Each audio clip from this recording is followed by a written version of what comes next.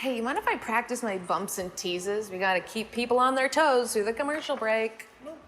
Coming up, we'll discuss why Dak Prescott is worth all of Jerry Jones' money. Who's hot, who's not? Our experts tell you why Wayne Gretzky wasn't the great one. Verlander? No. Coming up, did I kill a guy? Sabathia. Is Michael Jordan actually a goat? Lundqvist? Do you know which NFL team owner has a foot fetish? All that and more coming up next.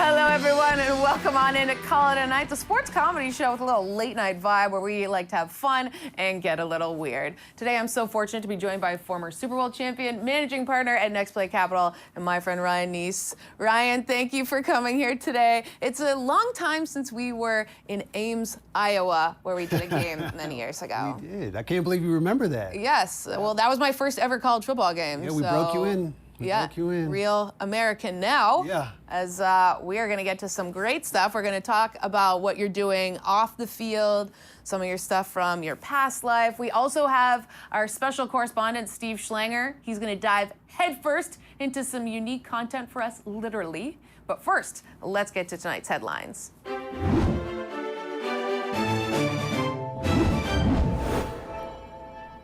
After only 11 days on their roster, Antonio Brown was released by the New England Patriots. Brown's contract had some major incentives, too. $1.5 million for 105 catches, 16 touchdowns, and fewer than 12 accusations.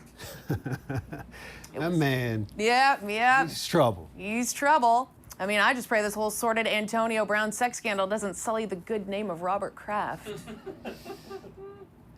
Regarding Antonio Brown, the Patriots released an official statement saying, quote, "We feel that it is best to move in a different direction." Apparently, the different direction is misdemeanors only. Man, you're just killing AB like that. I love it. I'm not done yet, this baby. Is good. We're just getting warmed up. Strap in, folks. When asked about Antonio Brown's release, Coach Bill Belichick ignored the questions and channeled his former receiver by intimidating a female. Man, you all over these guys. This is my favorite. This is it. O.J. Simpson said he cut Antonio Brown from his fantasy team. Of course, this isn't the first Brown he's cut. No, now you brought O.J. back in the scene. I mean, here we go. This is bad. Allegedly. Come on. Running back Le'Veon Bell took a shot at passionate Jets fans on Twitter, saying, quote, "All you haters, enjoy it for now. Just don't go Casper when all this gets turned around." Bell should know that those angry fans won't become ghosts. He just won't see their faces. Yeah. Jet fans. There's not going to be many people in the stands for long. No. I mean, the Jets lost to the Patriots 30-14, and Jets fans haven't seen this embarrassing a loss since last week. Keep on going, baby. Jets. All right, New York Giants started rookie Daniel Jones, who erased an 18-point deficit to the Giants' 32-31 win against the Bucs. There hasn't been this much excitement in the Giants organization since Plaxico Burress shot himself in the leg. Oh, man, he broke my heart, too. Beat my Bucs. That's so bad. Yeah, that was a tough one. I mean, you got to make field goal. Can you make a kick? I want to go kick. back. I'm going to put my jersey on and go You kick should. it. All right, well, we'll discuss this and more coming up later. But first, Broncos receiver Emmanuel Sanders was very unhappy after Sunday's 27-16 loss against the Packers. Sanders tweeted, "We sit at 0-3 living in a world of suck." The world of suck, isn't that where the Dolphins are from? Yeah, man, there's a lot of disgruntled players in the NFL right now. Yeah, it's been a wild couple weeks. More than 6,500 home runs have been hit this season, setting a new Major League Baseball record. The league is now investigating the actual balls for PEDs. As they should. That's a lot of home runs, all right? They're juiced. Got to throw those balls back. Now, with 8 games left, the Padres fired manager Andy Green. Apparently, they want to bring in someone who can turn the season around. I don't know why you'd fire anyone at this point. The season is done. It's over. It's over, but we are not over. We are ready to rock and roll and call it a night. We're going to take our first time out on the program, but when we return, we're going to play a little game of Would Nece Rather, plus tons more next.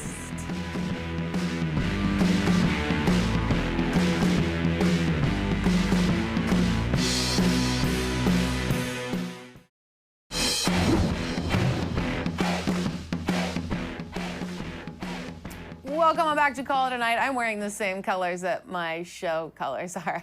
It's wild. We've got former Super Bowl champion Ryan Nece, son of Ronnie Lott, who is also the managing partner at Next Play Capital. Ryan, you have a unique perspective on the game because you played, but now you have a successful career off the field. I was talking to some people ahead of time about you, and they're very curious about just how you were able to make that transition look very seamless.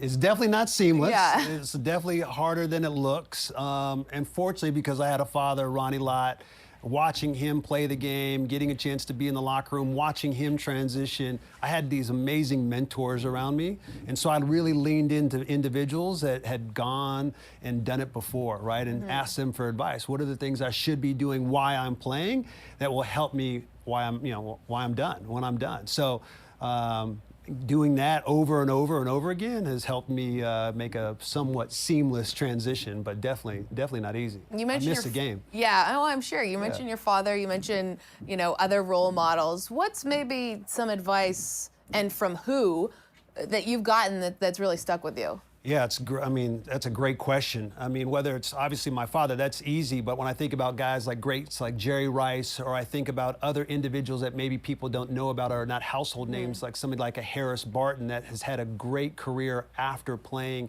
or I think about other businessmen, men and women that I've had a chance to talk to, like Melanie Wellen, the CEO of SoulCycle, who's phenomenal and a leader and somebody that inspires me on a daily basis, getting a chance to see how she transitions and leads a big company. Those are the types of individuals that I try to surround myself with and learn from and grow from. So yeah. Yeah, and you've done so many different things. I mentioned that we met when we were at Fox Sports together doing broadcasting, but now you're with Next Play Capital. And for those who don't know, you're in the tech business world. What exactly are you working on? Yeah, that's my secret. I tell you, I got to keep.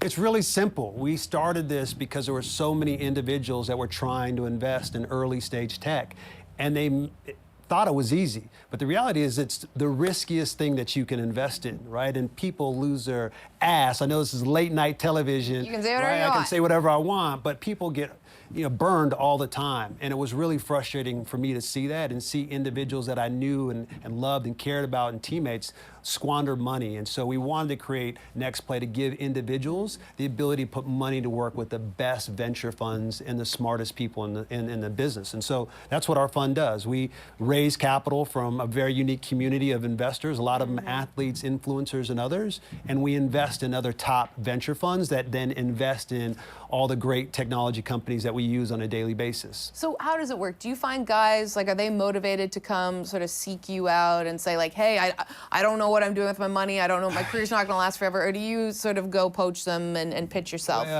Yeah, it's an interesting question, because you hope that there's some men and women that are athletes now that are currently playing, that are proactive, that wanna seek knowledge, that wanna find individuals that are doing it at a high level. Oftentimes it's usually post-career, oftentimes it's after they've been burnt over and over that they finally go, I probably bumped my head on the wall too many times, I need to try to go in a different direction, and that's when we start to step in. So they come in all different paths and in different ways. We just want to make sure that we're looked at as a thought leader in the space.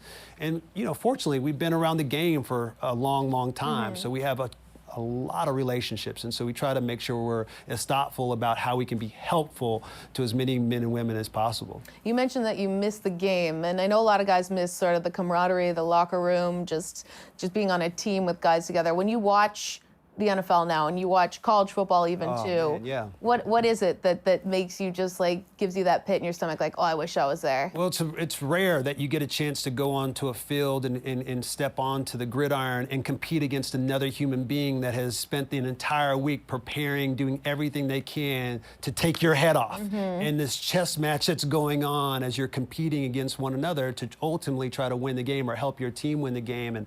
And that level of competition, stepping onto the field, is really unique, right? And then there's rules and boundaries. When you step into the real world, there are no rules. I mean, it's a dirty game out there in the business world, right? I mean, we all know. We all play it. The fans probably out there. The audience knows about it, right? And so being able to play in this very structured environment where there are rules that are guiding you to allow you to perform at your very best, that's a special place. It's a holy place in a sense in my mind. So you miss that, and obviously you miss the camaraderie, the ability to riff and raff and talk trash and get on top of each other, hold each other accountable in the locker room, and just create this brotherhood where you can be something that I find really interesting, authentic and real. There are no judgments. There is no HR department in the locker room on a team. Sometimes, you know. maybe at times, maybe more than once or twice, but there's something that's really real about that. And right, to be real, in this world where we have a lot of fake people, you know, that's something that I can appreciate. Yeah, and just quickly before we play a little game, we've seen a couple big players retire this year. We've seen guys contemplating it. What would be sort of your advice in a nutshell for either guys retiring or thinking about it and now moving into that second life? Yeah, you have to remind yourself that you didn't get to the game, to the top of the level, without putting a lot of time and effort and preparation all the way back to when you were a little kid. And there's no way that you should be able to transition into the game and be at the top and think you're going to be the CEO or be another alpha in another position without putting in the time, the effort, and the energy. So the more that you can start to do that and educate yourself and start to develop new tools and new weapons to compete, you'll have a better chance of winning in that next phase of life. Yeah, well, Saquon Barkley's already been doing that now. He's going back to school, but then he understands that to get a job in media, it's going to be very competitive. Regardless of how your career goes, you have to be able to have something interesting. He's got a little personality to him. He's got a little swag. I love it. Yeah. Speaking of personality, we got a couple of Would You Rathers. I mean, this is my favorite game. It's called Would Nece Rather, of course, to be more fitting. Okay, number one, would you rather redo business school or redo training camp? Redo training camp. Business school was a grind. I mean, I thought training camp was really hard, but man, I could compete. I knew where I stood. And in business school, I was getting my butt kicked every day. Okay, wow, a little bit more difficult for the brain at least. Yeah, the cerebral part was tough. Okay, so would you rather get blindsided on the field or have an investment take a huge hit? Blindsided all day. And I've been blindsided multiple times where I've coughed up blood before. It wasn't pretty. When was that? To lose money hurts. Yeah. Hurts even worse, I promise you. And especially if it's not your own money, it's somebody else's money. You really have been in the business world. It's tough, I'm telling you. Wow, okay, well, this might be along the same lines. Would you rather tackle your father or have your father tackle you? Oh, I'm taking Pops out all day. Because he tells me all the time since I was a little kid that he's always got one good hit left in him, and it's usually looking dead at me like he's going to light me up. So I've always been a little standoffish, and if anybody knows my Pops, he was a pretty fierce hitter back in the day. So I got to get the first blow on him. Have you figured out like your strategy if you ever had to take your dad down? Oh yeah, I got to catch him when he's not looking. I got to catch him sleeping. Catch him when he's sleeping, then maybe you'll have a chance. Yeah. Okay, and last we've got listen to your lovely wife Willa Ford's song "I Want to Be Bad" on repeat for the rest of your life, or have people ask you if you're Ronnie Lott's son every day. Oh, that's a tough one. But I'm listening to my wife's song of course. all day. I Want to Be Bad. Who doesn't like that song? That's a great Love jam. it. She's got a lot of bangers out there too. We've listened to her a lot growing up. So, of course. I know. Well, thank you, Ryan, for this is awesome. having a little fun here on Call It a Night. We are not done yet. We're going to take a fun time out, and after that, we have a unique expose with our special correspondent, Steve Schlanger. Don't go anywhere, kiddies.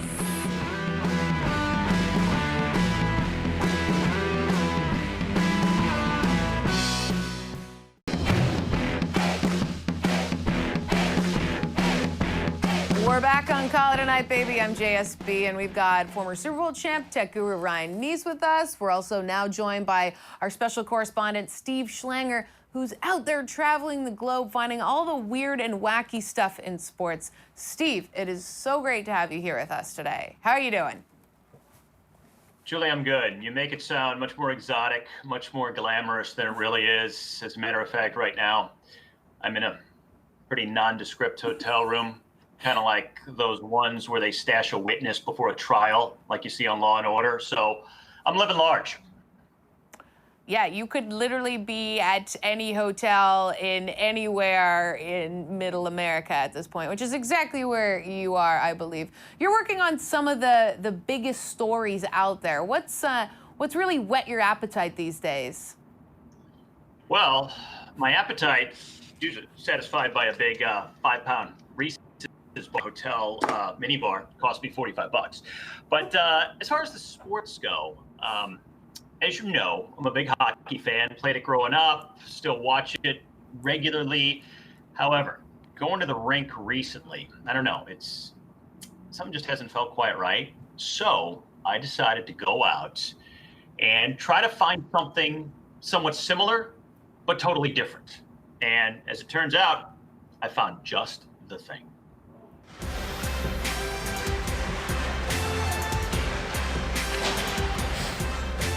When you think of hockey, what images come to mind? Sticks, pucks, frozen rink. Yeah, but I'm sorry. It's just too cold. Yeah, you know what? I get a better idea. It's called underwater hockey. Now, it may seem a little chaotic and tough to follow at times. Kind of like a snorkeling trip in Cabo after too many margaritas. But, believe it or not, there is actually a lot of strategy to it. So there's 6 people on the team, and we play in a 25-yard pool. Usually it's about 8 to 10 feet deep. The puck starts in the middle, and then you play actually a lot like basketball, because you can't have a goalie. The goal's on the bottom of the pool. So a lot of people ask me whether we hold our breath for a long time, but we actually don't, because it's part of the strategy. What we do is we stay down 5 to 10 seconds at a time, always coming into a position to get the puck either as a defensive position or as a pass for a forward. For underwater hockey, you gotta have some good strong fins. You also play with other snorkeling gear like your dive mask and a snorkel. Notice that my snorkel is connected to a pair of ear guards that kind of looks like water polo gear. Notice that the sticks are kind of short. Here's a puck that's 3.5 pounds of lead, covered with a hard plastic coating and a nice slider, which makes it really move on the bottom of the pool. Is there any checking in underwater hockey? No, we don't have any checking. It's already a difficult sport to play without actually worrying about whether you're going to lose your gear underwater and whether you're going to get slammed up against the board. We do get hurt once in a while because when we play this close together, we're going to end up bumping into each other. What about penalties? Is there even a penalty box anywhere near the pool? Oh, there is? Yeah, in a tournament, there are 3 referees in the water and 1 on the deck. What are the most common penalties? I would imagine drowning is probably a big penalty too. Maybe like a 5-minute major. I think that'd be an ejection from the entire tournament, actually. Do the fights happen under the water, or do they take it above the water and start to scrap? I'd say they kind of get started underwater and then they take it to the surface because you gotta breathe. It's physical, it's strategic, but maybe most of all, underwater hockey is addictive.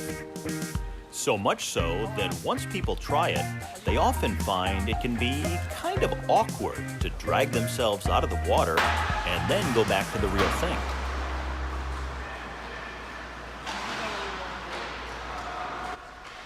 Some tend to struggle with it more than others. Oh, man, thank you, Steve, asking all the hard-hitting questions. What a great part 1 of a 1-part investigation into underwater hockey.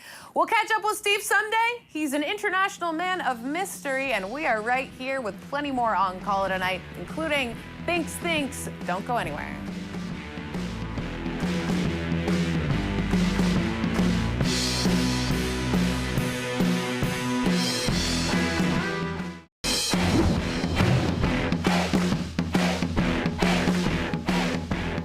Welcome back to Call It a Night on Fubo Sports Network. I'm Julie Stewart-Binks. We've had a great time with former Super Bowl champ Ryan Nece and our special correspondent Steve Schlanger. And before we call it a night, I've got something on my mind when it comes to Antonio Brown and the NFL.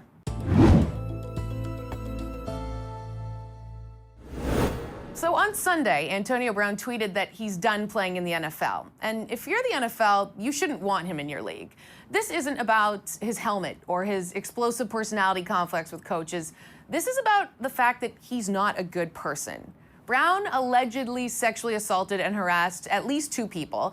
And while everyone is entitled to be innocent until proven guilty, the prevalence of false reporting is pretty low. It's between 2 to 10%, according to the National Sexual Violence Resource Center.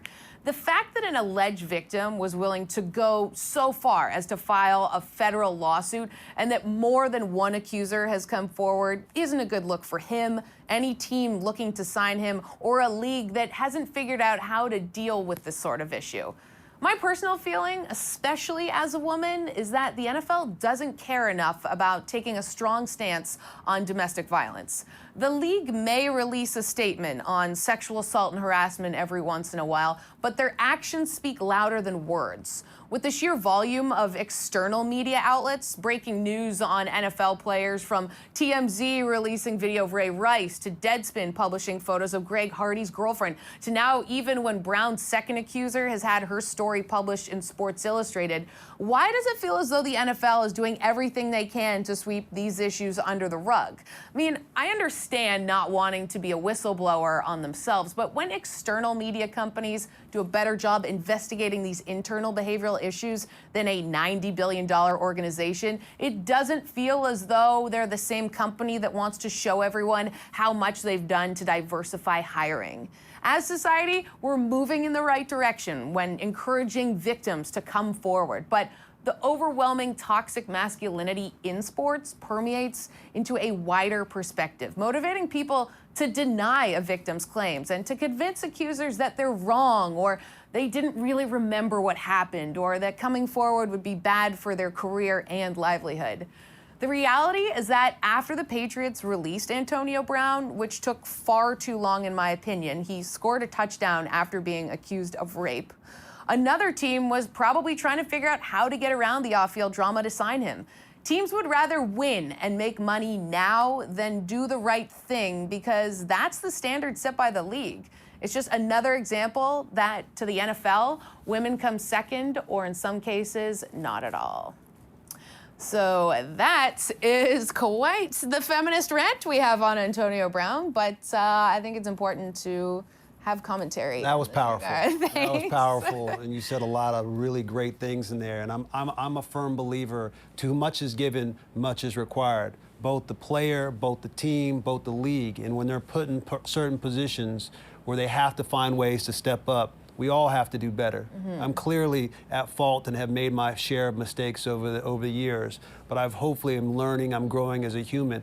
My hope is the league has made its share of mistakes over the years, and that it's learning and growing and being better, so that we all can continue to move into a better position, so that these things don't happen again. And that's the important part. We just got to keep improving and make sure these things don't happen in the future, because there is no room for that in the league. And with that, thank you, Ryan, for being with us here today.